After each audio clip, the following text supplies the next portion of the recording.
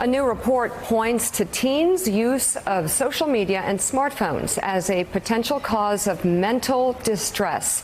Researchers analyzed dozens of studies and said the negative effects of social media on teens' well-being is on the rise. So it may be no surprise that even when the titans of the tech industry admit to limiting social media use in their kids. Case in point, Apple CEO Tim Cook, who said, I don't have a kid, but I have a nephew that I put some boundaries on. There are some things that I won't allow.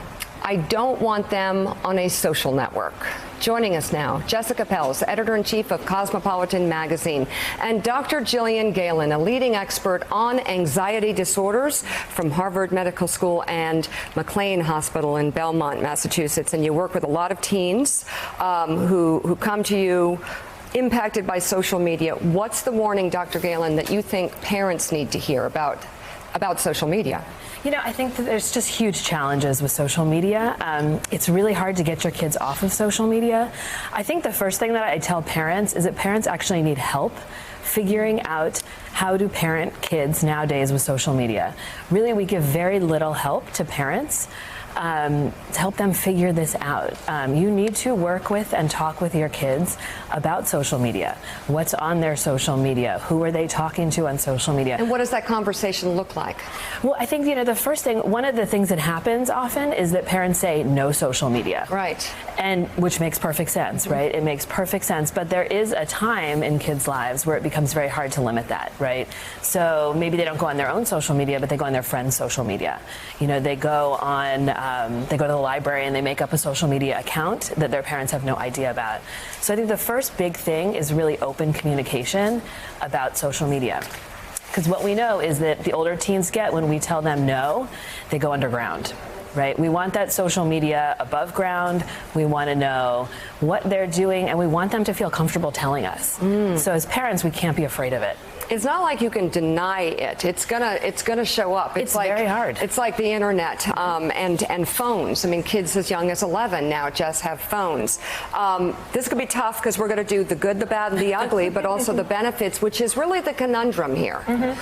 Because while social media can really lead to some real problems for families and for young people, which I want to get into more, there are some benefits. There are some upsides, and you work with millions of young readers that you get to on social media. Yes, I really think that it's also an incredibly powerful platform for young people to make their voices heard and also to find niche communities of support. There really is no such thing as being isolated anymore. You can find someone across the globe who has the same belief system or has gone through the same thing that you have.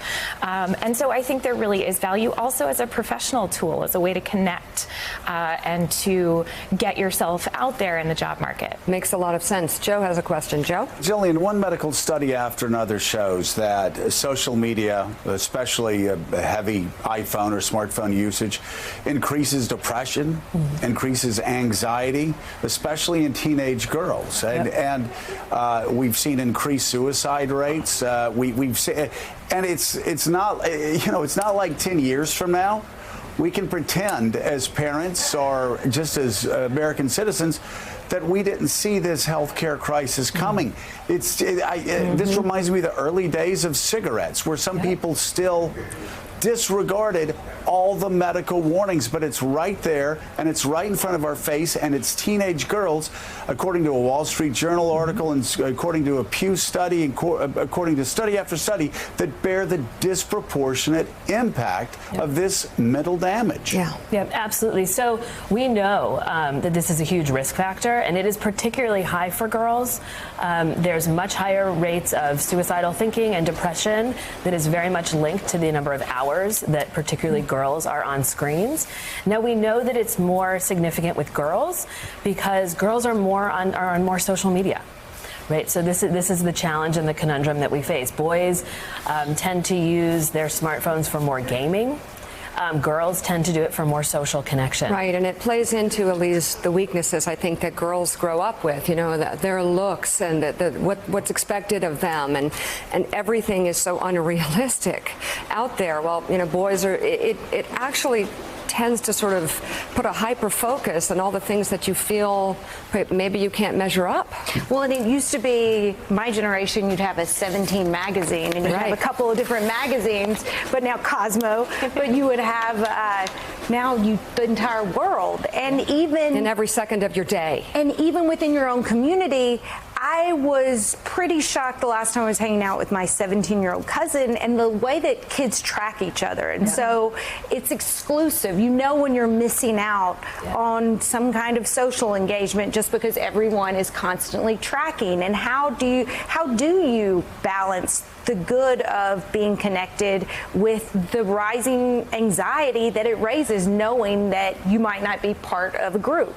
I think it's all about intentionality. That's what I see in young women today in Cosmo readers. 76% of Cosmo readers have said they feel it is, quote, necessary to take a week-long break from Instagram for their mental health, which is significant since, as you say, so much of their lives, so much of their friends' lives are happening on that platform. So for them to be willing to opt out, I think that's pretty telling about their awareness of the need for mental health management in this space. And this is where I think we have to help adolescents do this. This is not a natural, as we get older, we have, a more developed executive functioning system that helps us say, wait a minute, I need a break. Right. Like, this is too much.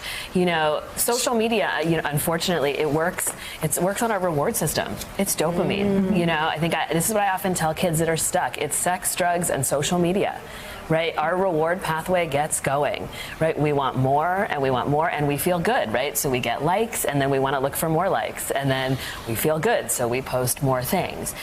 So I think we have to help teens manage this. We're better able, not great, but better able to manage this when we're adults than when we're teens. And it's all about intentionality. It's all about what state of mind am I in when I look at my social media? Because if I'm in a more sad or depressed or lonely state of mind, that is my mental filter for my social media. There you go. Joe? Jillian, help me. It seems counterintuitive, but according to studies, social media are actually making our children more solitary. Yep. This is from the Wall Street Journal article I referenced earlier.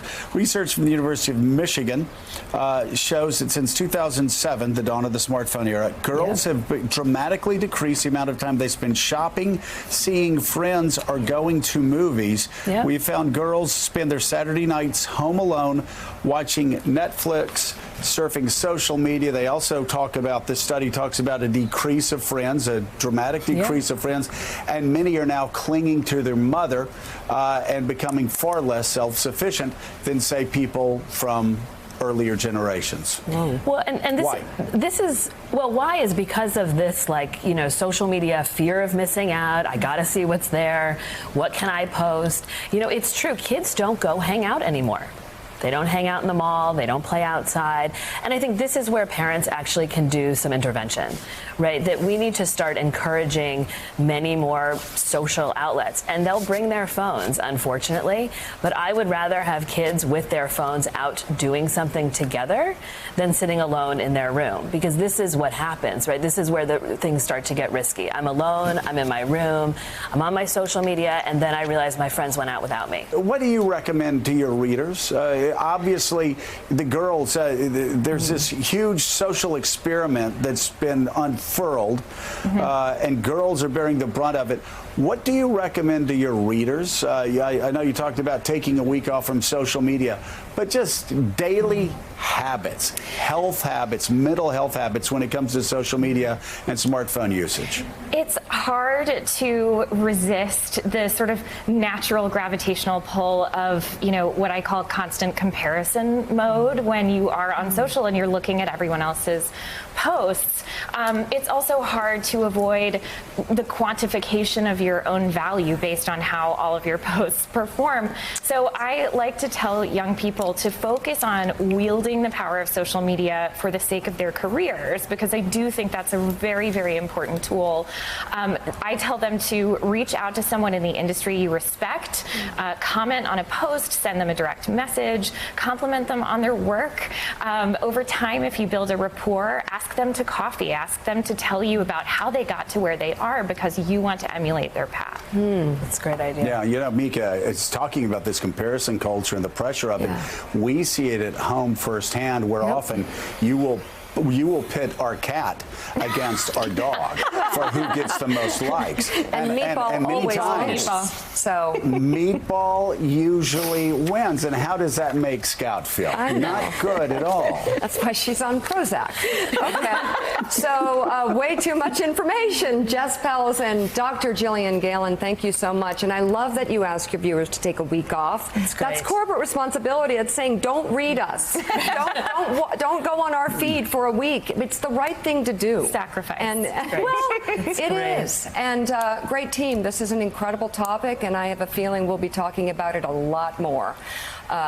And that does it for us this morning. Stephanie Ruhle picks up the coverage right now. Thanks for checking out MSNBC on YouTube, and make sure you subscribe to stay up to date on the day's biggest stories. And you can click on any of the videos around us to watch more from Morning Joe and MSNBC. Thanks so much for watching.